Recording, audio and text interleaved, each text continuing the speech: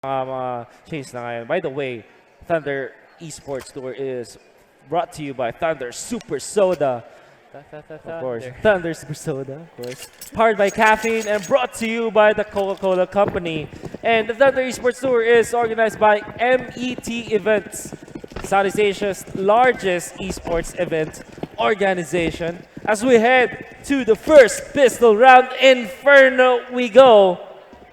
Nakikita natin ang mga galawan ng mga players natin. By the way, guys, unfortunately, hindi natin pwedeng sabihin agad yung mga pwesto na mga players natin because we are still in a LAN event. We want to minimize as much as possible yung mga information na pwedeng marinig. We're not saying that we can be heard by the pros. It's just that mas maganda na wag na lang. Oh, okay. Blink and you miss.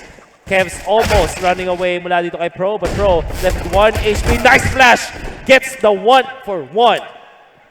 Still pretty hopeful. Ang depensa dito ng Bren Esports. How good was that flash? Very good flash. Sobrang blind. Yeah. Sobrang blind ni Pro there, pero they still lose one member, which is very bad. Yeah. Which is very bad for Fallen5. Yeah. You don't want to play a 4v4 on the T side, especially in this one.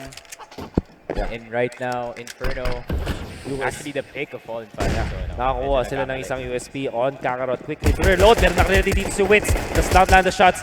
Backs into safety. Kakarot nga lang ay mapapatay dito ni Borkum. They still get more. Borkum still defending. Gets another one. Lemon's down. Hindi pa nakapag-bradol. And that's a headshot to finish the round. Am I right? 4 kills para kay Borkum. What was that? I don't know what happened there, to be honest. Like, hindi ko alam saan napunta yung attention ng Fallen5, but hindi nila pinansin ang construction area. Dun obviously lalabas si Borkum. Like, that's like, ano, for some people, you know, that's kind of advanced stats. Pero like, para sa kanila, that's CSGO 101. That's, like, you have to keep in mind where the people are. It's a rookie mistake.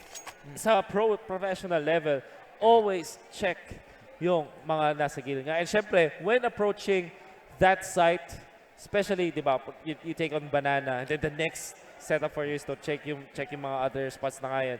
Dahil ang hirap actually i-infiltrate ng B site on Inferno. But at least meron ka naman mga standards kasi standard procedures at namo ka na miss out nila. Yep.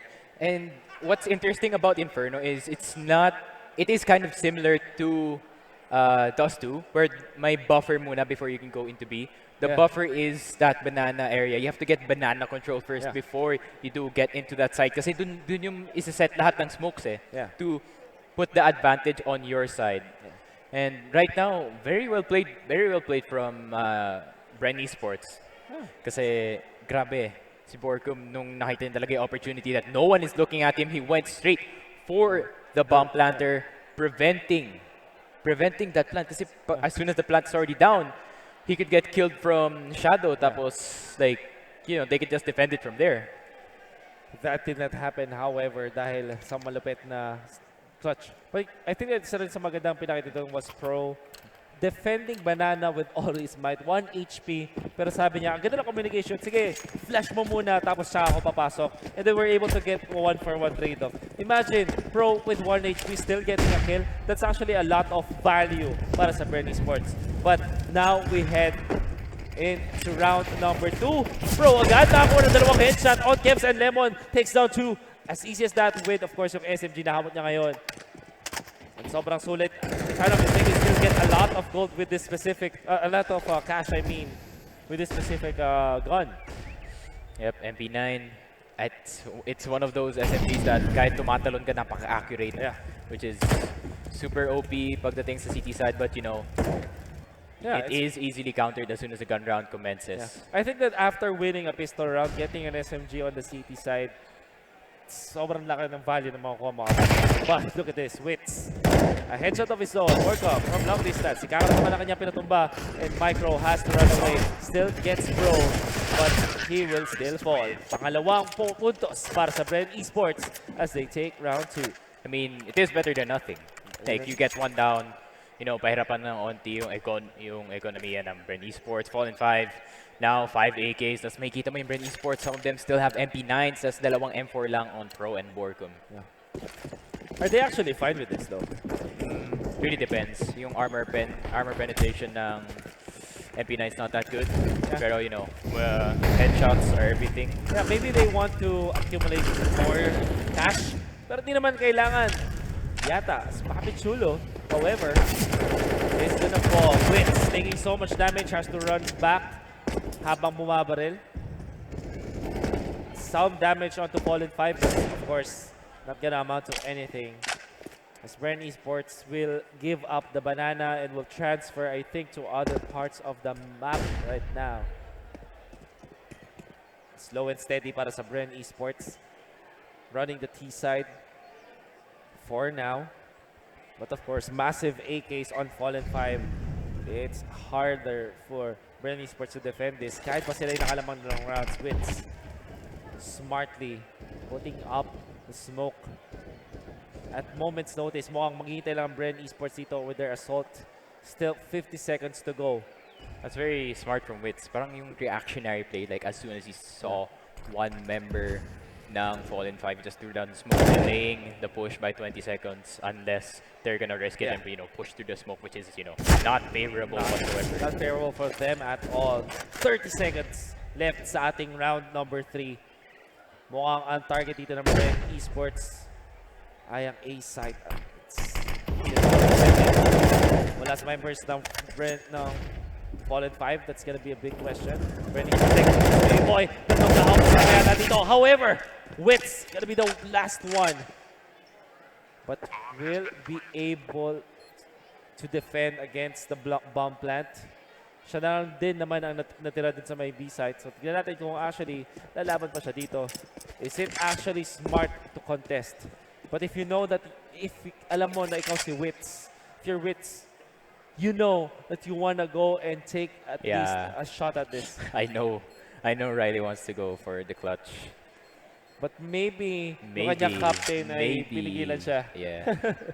So we can't really say. Can't really say. It looks like a point already para sa Fallen5. They would just save the AK. Not that much in terms of cash para sa Bren Esports. But I guess this will still be a half buy para sa atin na team. There it will be. With the SMGs and some of the shotguns in there. Full AK pa rin para sa Fallen5 as we head to round number 4 of this map. By the way, sa mga napanood ka rin ng Game 1, we're sorry to say na hindi pala yung choice ng Fallen5. It was actually a choice of Bren Esports. And Inferno is a choice para sa Fallen5. Yun din yung parang naisip ko noong una. Like, oh, why would Fallen5 pick Dust? That's not one of their better maps. Parang yung hunch ko, yung pala. Yeah. It really happened.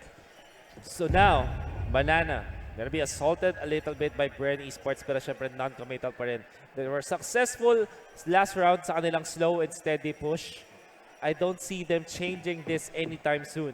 Dito sa Inferno, map number 2 of our best of 3 series. Bren Esports. Yun nga, as I said, one of the better CT-sided teams in Southeast Asia. Yung lineup na yan, napakaganda talaga ng mga defense nila. Yung reactionary plays kaya kanina, yung ginawa ni Wits, yung as soon as he saw someone, he just dropped the smoke and, you know, just went out there. Like, hindi na siya nag-peek because he knows that he delayed the 20 seconds. Oh, but Papi Chulo gets the second one. Nice spray. Bago siya mapatay. However, Baby Boy gonna go down, but Pro takes one with the AK. 3 versus 2. Lemon, however, punishes Pro. All of a sudden, 2 versus 2 na tayo dito. M4 and SMG laban sa double AK ng Fallen5 and a lot of nades still available para sa Fallen5. It's gonna be an assault mula sa Bren Esports, but the bomb already being planted by Fallen5 this moment. Nakita mo si Borcom. That rotation will win the 1v1 battle. Hindi yata nakatulong si Micro doon. He now will have to defend against 2. Pero time is on his side. Will get Micro. And I guess the game as well. Can he actually defuse this? Plenty of time with the kit. And this is Bren Esports denying the momentum of Fallen5. I mean, grabe. Napaka-close dun. Like, Micro could have pulled that out easily. But if he did get the flick and, you know, got the headshot. Yeah. sobrang 50-50 chance talaga pagdating ngayon. And Fallen5 making it seem very close compared to Dust 2. Like, grabe. This is their pick, so Yeah. if they want to win, they better do this quick or they're gonna have to play hell on Mirage. Oh, I like this play coming out of Bren Esports. Sobrang talino. They were from the place, pero hindi mananalo. Dahil doon, napagandang galawan mula sa Bren Esports as they fend one. They will fend off the rush. So 1 for 2 trade-off so far. Wits alone dito sa may A side, B side again. Then again, so one nice flash once again. And now, we'll try to deny the plant. It will still come through. Pero napapaligiran si JCL. This is definitely a round 1 by Bren Esports. Ang gusto ko sabihin doon na matalinong ginawa nila is they know that Fallen5 will try to rush. That's why nagbato agad sila ng nades doon. Well, they did get the bomb plant down in yata yung objective nila doon despite having upgraded pistols. Pero, yep, Fallen5 using another round, but I don't think they mind really. Yeah. They got the kills, they got the plant, they got what they wanted. Right now, grabe, economy nila, Kakarot. Let's see, can this be a whole different game for him with that AWP? At the very least, magkaroon yan na malapit na weaponry dito of Fallen5. They can really match up against Bren Esports. And this is probably the first full-blown gun rounds for both teams as nades are flying in. Only a little bit of damage kay Micro, but at the very least, mapipigilan ng further push from Fallen5. Karoon yata dito na konting relax mula sa Fallen5 as they try to take things slowly. Yung kanilang panalo dun sa second round was a slow and steady push. Maybe it will work once again. Just a minute to go in this round. Try to infiltrate the A side this time. Kaya mang depensa ng Bren Esports. Flash is flying in. Pero napakagandang connection mula kay Baby Boy. Lemon is gonna go down. One shot to the head with a shotgun is more than enough. Papichulo, however, will fall. Pero kapalit doon, it's gonna be JCL. But it comes the assault para sa Fallen5. 3 versus 3. Medyo konti na lang ang HP nila dito. Kev's going down. Gunned down by Bro as well as the fire from in the incendiary grenade. Nakamoto man lang kayo dyan at nahuling-huli kayo ni Pro. It's like target practice para kay Bro this time and the nades will fall. Incendiary as well, fleshing out Kakarot in this 2 versus 1 situation. Close out the season, will not connect the shots. Actually, survive for long enough. This means that Bren will go up to 5 points. Man, grabe. Dapat sa Fallen5 na yung round na yun. Kasi they got the kills that they needed to get into said side. Kaso, nangyari, medyo naging wonky tapos naka-rotate na yung Bren Esports in time. Hindi sila nakatake the side. Yeah. It wasn't a flawless assault from Fallen5. And Bren Esports are quick to punish. Alam nila kung para talaga mag-depensa sa ating game, Inferno. And the nades are flying in. Of course, the usual blitzkrieg around the banana area na pwede natin makita sa Steam. And Bren Esports can easily defend this time. Alam nila na wala masyadong weaponry para sa Fallen5, knowing na kakatalo lang ng Fallen5 from a gun round. And if they actually win this eco round for their team, that would have been perfect. But it's gonna be hard. JCL, the first one to fall. Wits with a very nice AWP shot connection. Ngayon, dedepensahan na nga nila dito ang balcony.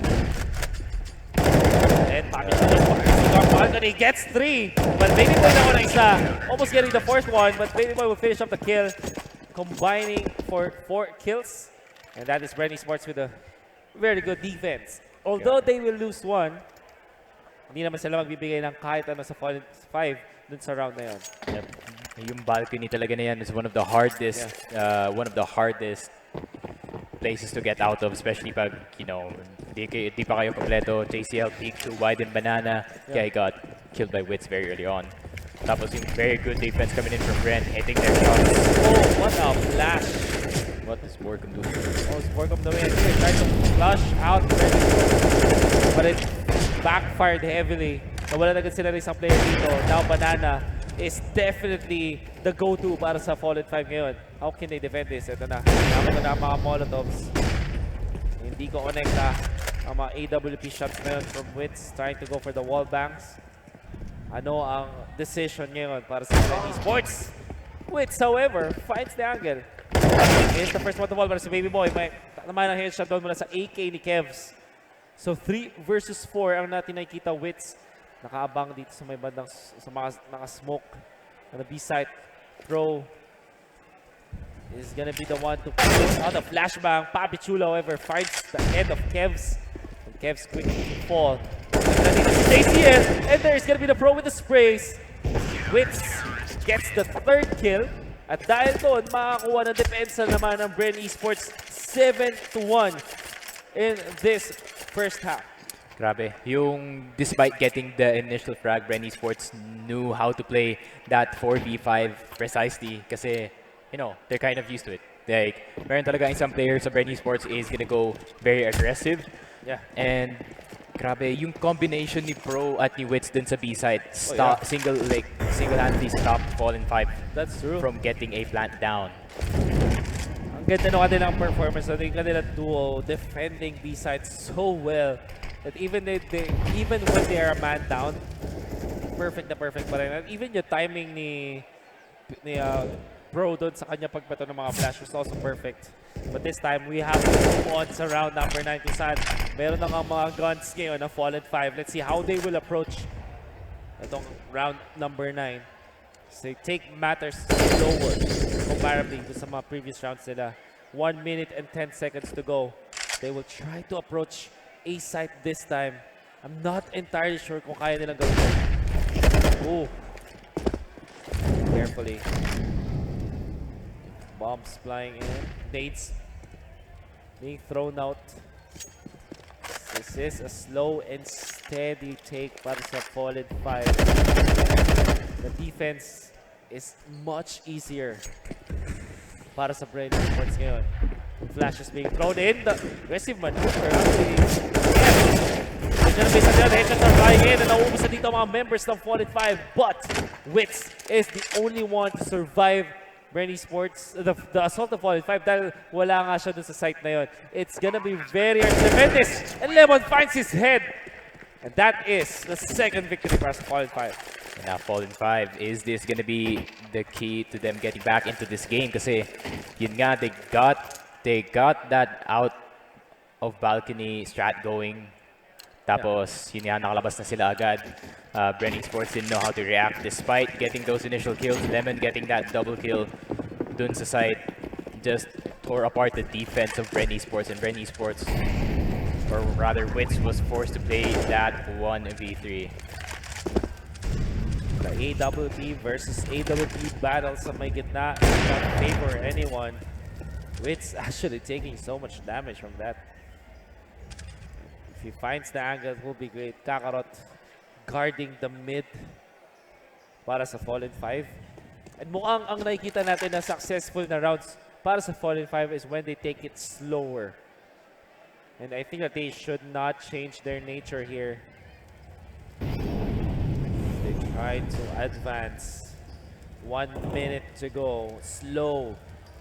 Nagalawan. Slow na bomb plant for Fallen 5.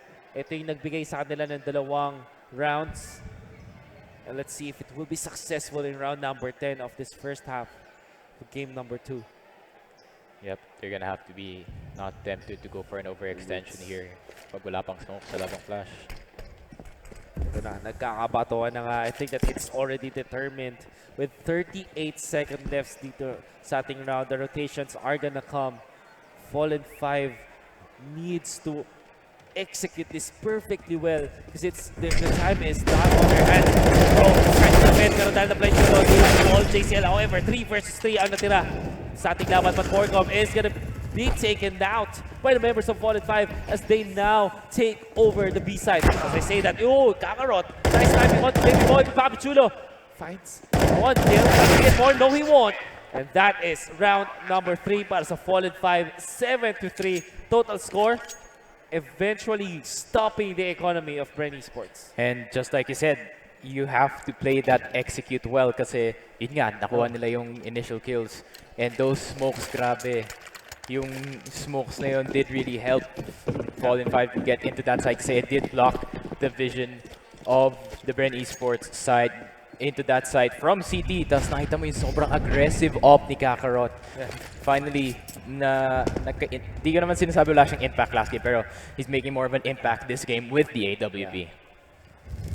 It's echo round para sa Bren Esports as of this moment. Very easy for Fallen5 to assault them, but hindi sila pwede maging careless. If you look back dun sa map number 1 natin, there was an echo round na ipanalo ng Bren Esports and Fallen5.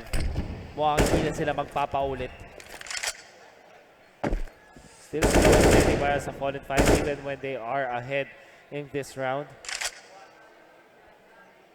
They will try to take this slowly dahil yun nga yung kanilang yun yung talagang reason kung ba't sila nakakuha ng mga round wins. I'm not seeing them changing this anytime soon. And ito talaga yung sitwasyon na Fallen5 do win on those prolonged gunfights. Nakikita mo naman yung firepower ng Bren Esports comparative sa Fallen5. Flying in. When okay na nga nila. But actually, dalawa ang napatay nila dito. Wits as well as Papi Chulo combining for many kills with Heaven Porcom. Gamit ang mga nades na yun. Be amazing. 3 versus 4 all of a sudden. However, walang napulot ng mga baril ang Bren Esports. They still have to stick with their CZs this time. Nakita nila dito si Papi Chulo, but Papi Chulo will fall from JCL. Wits goes for the assault. Actually, Wits the only one left. Will try to make this scout plan. Oh, gets another one. Can he get the last one? Yes, he will. Kanya ba yung defuse? Is it gonna be enough? Plenty of time. Plenty. He does have the time. Oh, again, another echo round para sa Bren Esports. Yikes. Yun yung nangyayari kasi you still have, despite, you know, getting AKs, or rather, despite having pistols, on the other side, you still have to make sure na walang makakuha ng AKs nila. Kasi as soon as they get any additional firepower, it's gonna be very bad, a very bad time for you. Kaya nga, nakita natin si Wits, despite having a CZ, or he did have an AK, pero it ran out of ammo, despite having a CZ. Got 2 there, and he actually knew exactly where both members were. Then Lemon was already on very low HP, and Kakarot with the AWP had one chance to hit it, but he missed. That is very bad para sa Fallen5. Katulad, sabi ko lang, natalo ang Fallen5 sa isang echo round ng Bren Esports in map number 1. And now, map number 2, nakita ulit natin yun. Wits, however, takes so much damage but gets the connection on Micro nonetheless. -1 agad para sa Fallen5. Sabay pa to ng mga nades para makapag-complete the green and gets another one. Finds the head of JCL. Nag-iinit na naman si Kuya Wits. I still have no idea why Fallen5 is allowing Wits to get these frags. Kasi like, sobrang aggressive na nga dun sa banana area. Then he still gets those free frags without getting those, you know, trades or kahit man lang damage Wits to only to 1 HP to make it easier for the side of, you know, Fallen5 to get him down. Another Wits. Can he get the third one? Yes, he will! Can he get the fourth? Yes, he will! Last one! Nako po, hindi na hinayaan. Porcom closes the game, closes the round. I mean, well, what was that? 4K para kay Wits. 4K. Now alam na natin kung bakit ina-argue na nila who is the better opper, or who is the best opper in PH. Is it Wits or is it Dubstep? Is it the young gun or is it the veteran? And right now, Wits is making his case. 20 kills. Round 13. Ganon kalapit. This has got to be yung pinaka-worst na situation para sa Fallen5. Ito yung parang kay Doctor Strange. Oh, this is the... Sa dinami-dami ng reality, ito pa yung niland ng Fallen5. Oh, that is gonna be bad. Kasi nandito na tayo sa point na isang map victory na lang sa Bren Esports, they will win the series. And you don't want your opposing star player to actually get into his zone. And kita natin ngayon si Wits. Definitely on his zone right now. Nag-init na talaga. He is in the zone. That's why like some players, alam mo yung minsan may nakikita ka sa Steam that some people, you know, impersonate nila yung pangalan. Yeah. And nakikita mo na some people impersonate Witch, but right now Witch, he got away. Oh, he still gets away. May help ko kanya. Teams dito will not land the shots. This aggressive maneuver. The right way to do against an Opper is to storm him. Pero syempre, ready ang mga tropa pips dyan. That's Borcom closing on 3 kills. Now they transfer on to the A side. Kung saan ito yata talaga ang target ng Fallen5. Baby Boy, the only one to defend that will fall. In comes the retake. At least the bomb has been planted by Fallen5. And actually, nakuha pa sila isang baril dito. That's gonna be Micro with the M4. Let's see how they approach this. Quits, of course, through to his shots. That's the one, and that is gonna be a defuse. Buti na lang nakakuha ng bomb plant ang Fallen5. But Bren Esports, they still have so much to work with. Grabe. That actually could have been winnable from Micro if he did stack those 1v1s. Yeah. Did stack those 1v1s. Kaso, nangyari, Borcom got the immediate headshot on him. Nakita mo yung health bars, 20 HP. Like, exactly. That could have been, you know, something for Fallen5. But, you know, Bren Esports closing it out immediately. Wala nang ano. They don't have to risk anything. Might be the last round, last one round for both teams. For at least for Fallen5 ngayon. If they don't win this, they will have trouble facing round number 15. So far, so good for Fallen5 establishing control sa banana. Let's see how they will make use of this. I mean, ooh, mukhang may na-identify sila dito sa may A side as the apps are being well defended by Baby Boy as well as Bro. Balcony ang depensa dito ni Baby Boy. I mean, that's actually, yeah, that is Baby Boy. Oh, flashes. Pero walang connection so far. 1 minute to go. What is the approach para sa Fallen5? Harder by the mid Kevs though. Finds Baby Boy and wins. Apple goes down. Si Kevs lang ang kapalit. Pero dalawa na lang ang natitira. Make that only one. As Borcom gets shot in the head by Lemon. That is gonna be the end. At least round number 14 goes in favor of Fallen5. If they close this 10-5, sobrang dali pa rin ng ating second half. I think this is gonna be really scary, even for Bren Esports. Yep. Fallen5, you know, this is a way better scoreline than last game. Tapos ngayon, nakikita na natin nag-online na yung ibang members ng Fallen5. Kakarot finally hitting his shots. Got Witch sa arch area. Right now, they only have to get this one to make it easier for the next. But Wits. Familiar play para kay Wits. Ilang kills naman nakukuha niya doon sa spot na yon. Can't count anymore. Of course, Lemon wins the battle against Baby Boy. So that is still 1-for-1. Lemon, however, down to 32 HP. This time, hindi masyado mabagal para sa Fallen5, but Lemon, oh, from the lower part, that's gonna be Papi Chulo finding the head of Kevs. And tatlo laban sa dalawang ating laban dito. And JCL, Papi Chulo, another headshot. Goes for the last one, but still actually missed that one out. Micro. Laban. But of course, wins. Wins it. That's 11-4 para sa first half. Very promising again para sa Bren Esports. Fallen5, just one win ahead of their map number 1 performance. Pero overall, mukhang if we judge the performance, I think this is much better. Grabe yung consistency ng Bren Esports right now.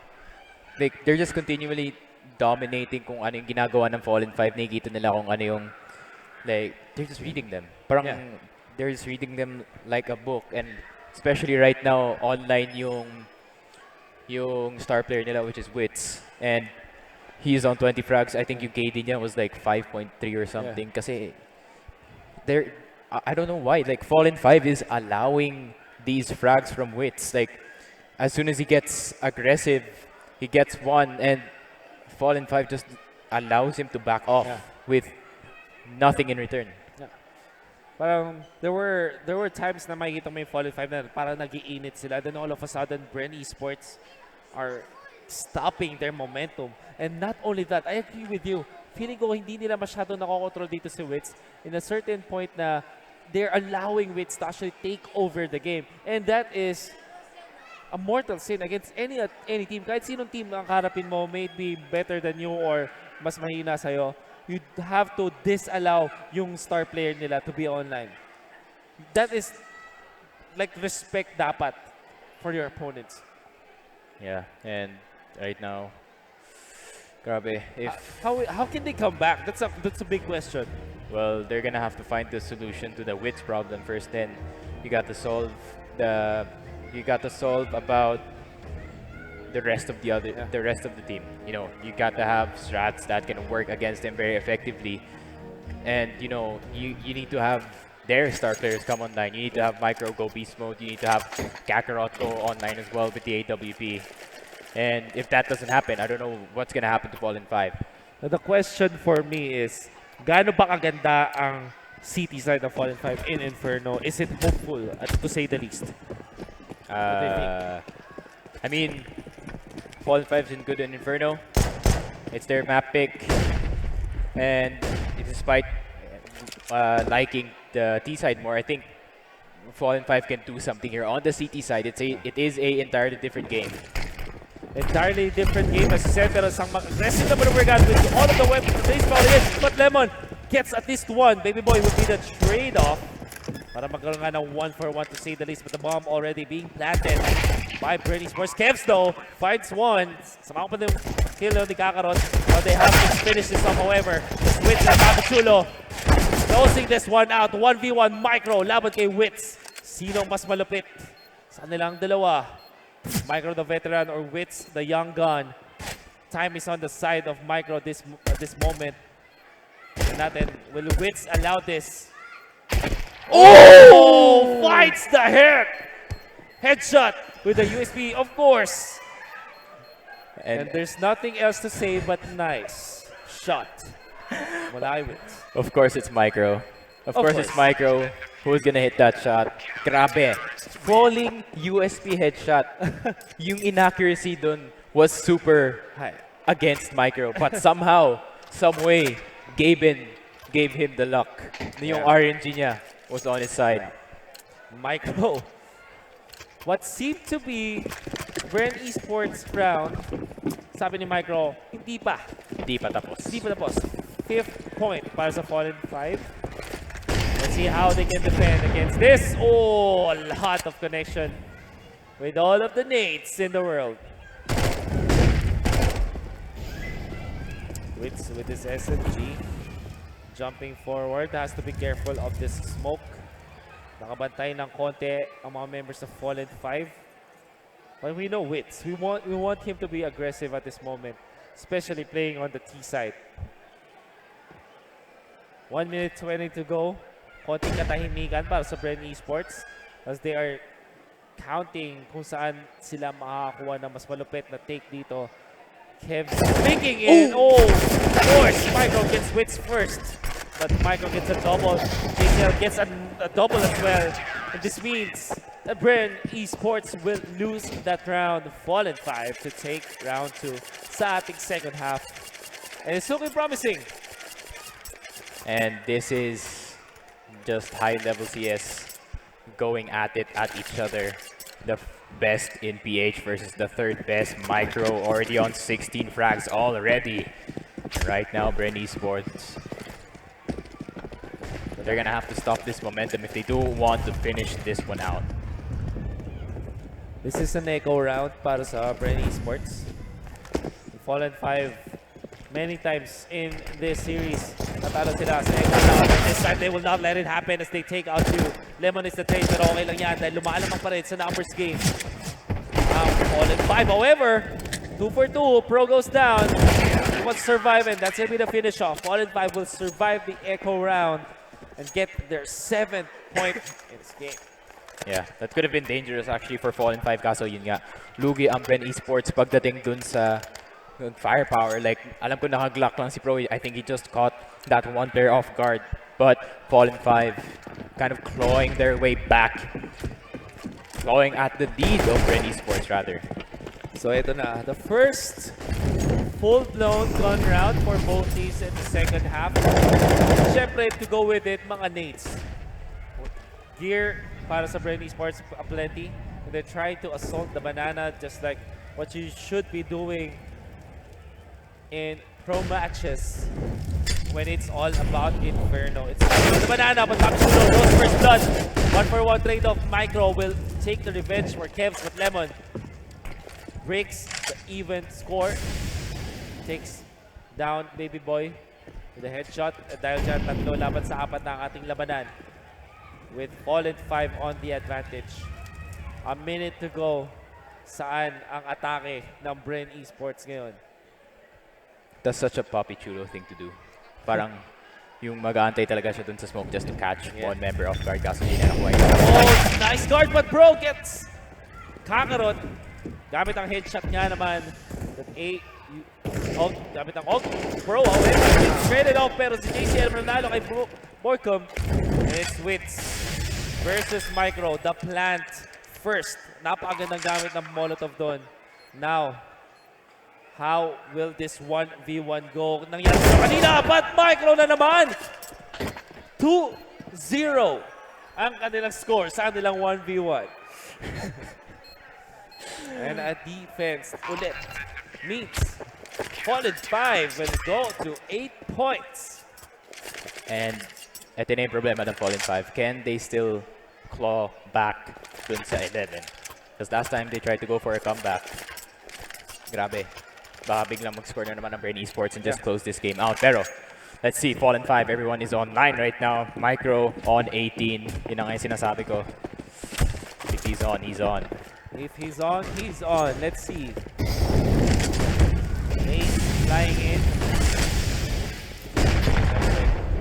Nagkakaroon na ng sakitan dito sa may bandang banana. Nagbabatoan na nga ng mga grenades sila. So far, only damage dealt. Wala pang kill from both teams. 11-8 as Bren Esports will try to take their time. Baby Boy. And we'll take down Lemon. Napakagandang crossfire mula sa Bren Esports. That's the -1. Pero iba pa rin yata talaga ang kanilang target dito. Kevs defending the B-site. Hindi pa nagpapakita ang Bren Esports kung saan sila pupunta dito. There's the Molotov. Pinapatulangan. Ako po, kailangan umalis dito ni Kevs. But the response. Oh, nice headshot though. Kaya nga lang, may trade-off. And but of course, Micro is ready for Borcom. Nevertheless, makakuha pa rin ng bomb ng Bren Esports. Micro finds Baby Boy and takes him down. So 2 versus 2 even after the bomb plant. May AWP si Kakarot pero medyo mababa niya HP with just 29 HP left. Kakarot needs to be careful. How will they approach this? Oh, Micro is the first one to fall.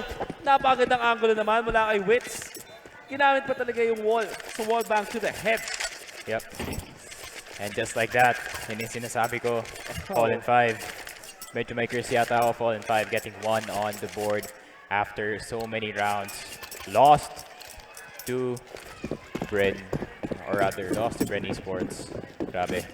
Fallen5 need to get their momentum back or else it is gonna be game over 2-0. And it is gonna be Bren Esports walking away with the prize. And the prize. Napagandang timing naman nun. Take down 2 already. Take down 3, 4. And only 1 remaining dito sa Lemon. Hindi siya makakalaban. And that's gonna be another round para sa Bren Esports. As quickly as that. How amazing was that assault though? Napakaganda nung kanilang pagkakabato ng mga nades doon.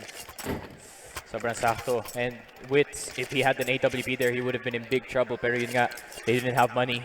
That's the one time na dahil wala silang pera, dun nag-benefit yung team. Kasi he got multiple kills with the AK. Yun na nga, 13-8.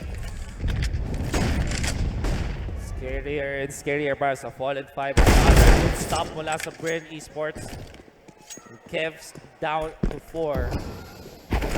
Like is up by Lemon. With a very good angle pero napaka-patient niya dito. Fights 1. Can he get the second? Kailangan niya mag-reload. Unfortunate misses coming out from Lemon. Ito na nga, nag-reload na nga. So nice headshot from Michael. But of course, the punish. All of a sudden, 1 versus 2.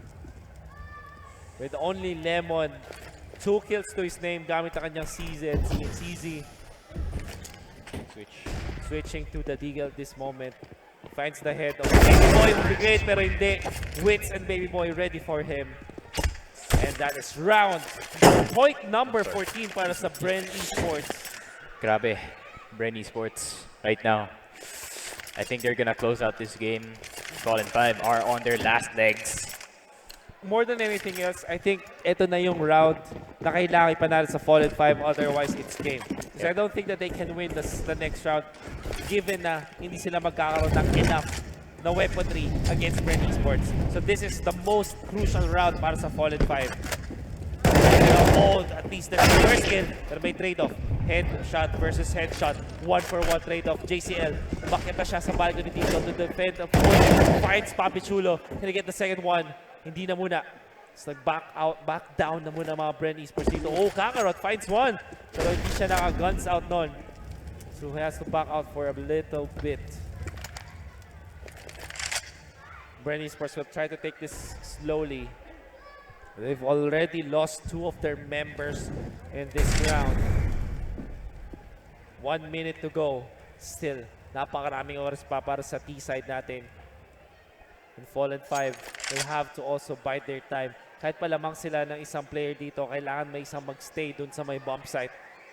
Just to make sure na hindi sila masasoccer punch ng Bren Esports.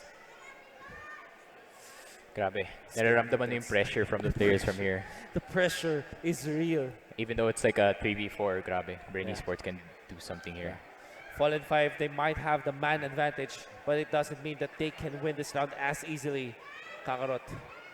Napaka-importante na ito! And finds Baby Boy! Nice timing, of course. And that is gonna be Wits missing the shot. Gonna get the second try. Yes, you will. Problema nga lang. Medyo malayo yung bomba dito. Finally, he will catch it. So 2 versus 1. So bomb being planted. And will be successful. Smoke. Oh! Wits! Actually wins that battle finally against Micro. And this is a 1v1. AWP laban sa AK. Kung sino ang mag-miss ng unang opening nila, that's the guy who's gonna fall. And unfortunately, it's not Wits as he wins the battle once again. This time, siya yung nanalo kay Micro, and this time he will put Bren Esports into match point. Knowing Wits, he's not gonna miss that shot. Especially when he's on a roll. Yeah. Grabe. This guy is next level right now. Bren Esports, I think, they can close out this game. Looking at Fallen5, Yeah. their morale must be at an all-time low. Yeah. On all-time low in terms of morale. Not much in terms of the weaponry. Nakita natin, Micro. Kung gusto mo maging successful sa yung team, first one to fall, Kevs as well. 2 versus 4. 3 versus 4, I mean. And now the assault on Banana. Napakagandang flashback. Oh, JCL gets the double though. Can he get the third one? Yes, he will. All of a sudden, 3 versus 1. Shotgun wins games. The last one, AWP will miss. Pero meron naman siya dito Molotov to defend. And what was that? And sabi ni Kakarot dito, okay, babalik ako sa shotgun ko and I will get your head. Kakarot gets Baby Boy. And Fallen5 will still survive. Shotgun wins games. You're lost for words, Sneaky. What happened there? Close quarters, shotgun. Ngayon, economy is on the side of Fallen5 because XM114 or XM1104 does give 900 per kill.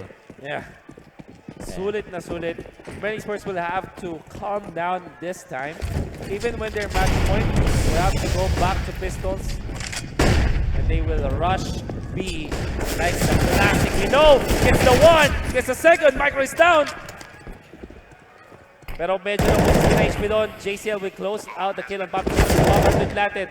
Gets Morcom as well. Nice spray control right there. Wala kay JCL. And they find Pro once again with the wall bang. Baby Boy, the last one to survive. Very impossible for him, and that's gonna be the round para sa Fallen5, putting them up to 10. Then again, nakakuha pa rin ng 2 kills ng Bren Esports and a bomb plant. So not that bad for the T side. Yes. And also right now, parang something shifted. Something shifted talaga. Parang may feeling ako parang something shifted. What's Parang something shifted? JCL is doing something. Okay. Parang is he psychic or something? Parang he's going to beast mode. Going beast mode dito sa JCL, like I said. Unless he gets killed first year, so you know. Yun yung, since Micro has been shut down in this particular half. But Wits, again, taking down Micro. Nakakabawi siya, but Kakarot says, no, hindi lang pwedeng ikaw. Borcom is down for the counter. The 4v4.